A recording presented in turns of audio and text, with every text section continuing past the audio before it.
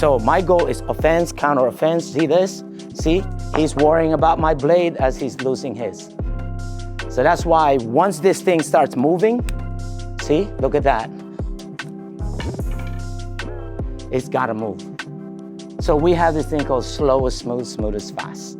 So everything that you have to do, slow.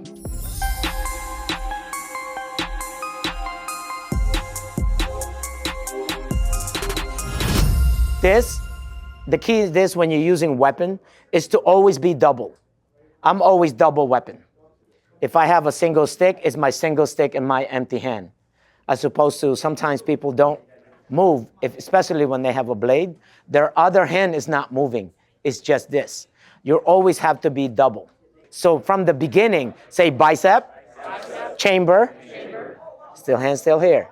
Hip, that could be on the hip, wherever you place your secondary weapon. If I carry a neck knife, it will be here. If I carry it back here, it will be the same. Does that make sense?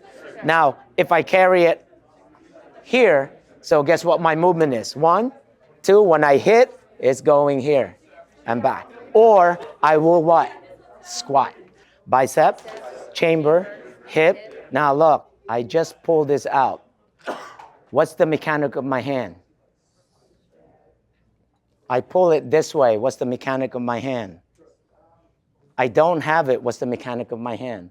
Still what we call knife hand. So with the blade, see, I can pass the same thing. As opposed to just from here, if I cut, it's gonna go through, right? So I pass, it's the same thing.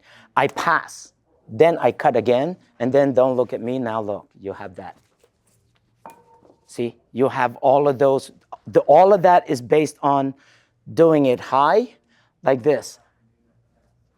Bicep, hip point, doing it low, same exact way. This is the terms that we use. This is called Sinawali. How many of you guys have heard of that? Okay, Sinawali means weaving. When you start weaving, eventually what's gonna happen? Things are gonna what? Things are gonna lock. So, look, that's what I'm doing.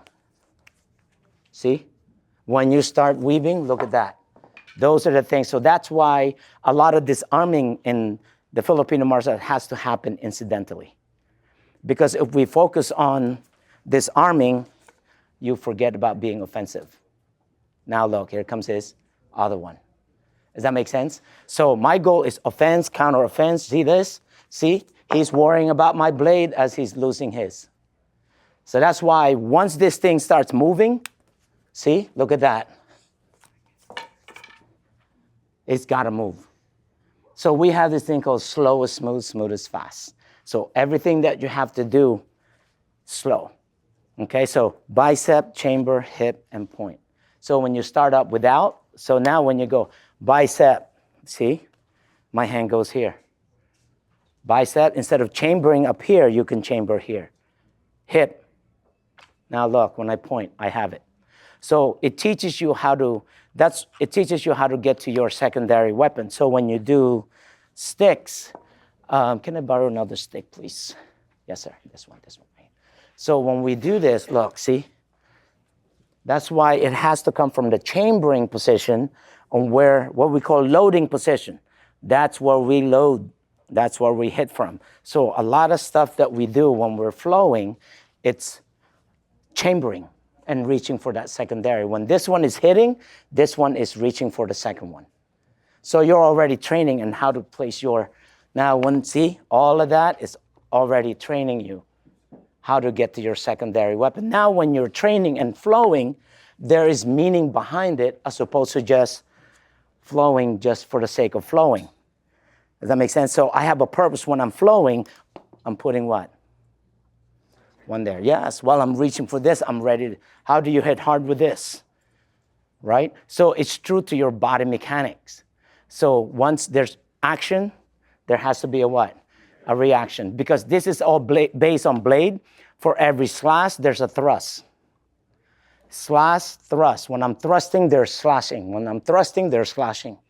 Why they don't hit? Because when we bring it back, they're parallel.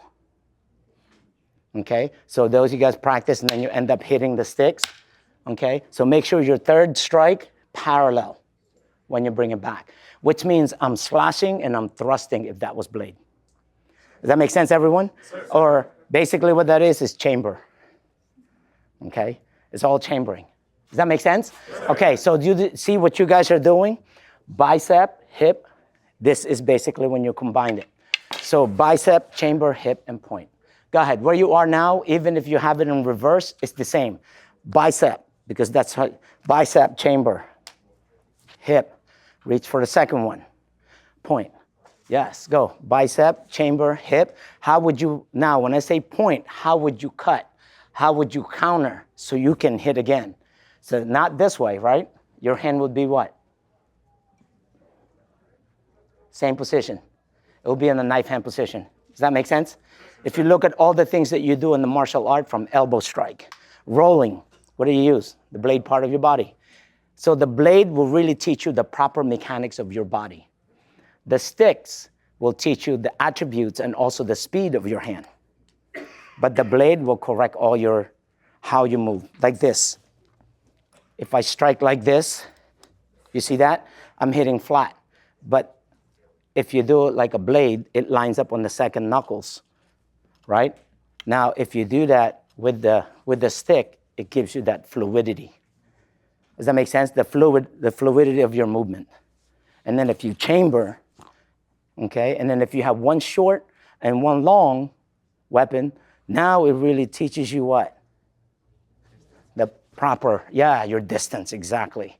Which is what we call the waving in and the waving out when you use this. I mean, you guys, I saw some of you guys have already warming up with this. That's why I mentioned that. It's called the spade daga, or stick and dagger, right? So these, the mechanic is this. If I'm hitting the guy there, I can't just thrust over here. Does that make sense? So that's why your body, if I hit there, I can be back here, right? Now, if I'm gonna go like this, I better move in, right? That means I'm going for the opponent. So when you see movement of the weapon, it makes sense.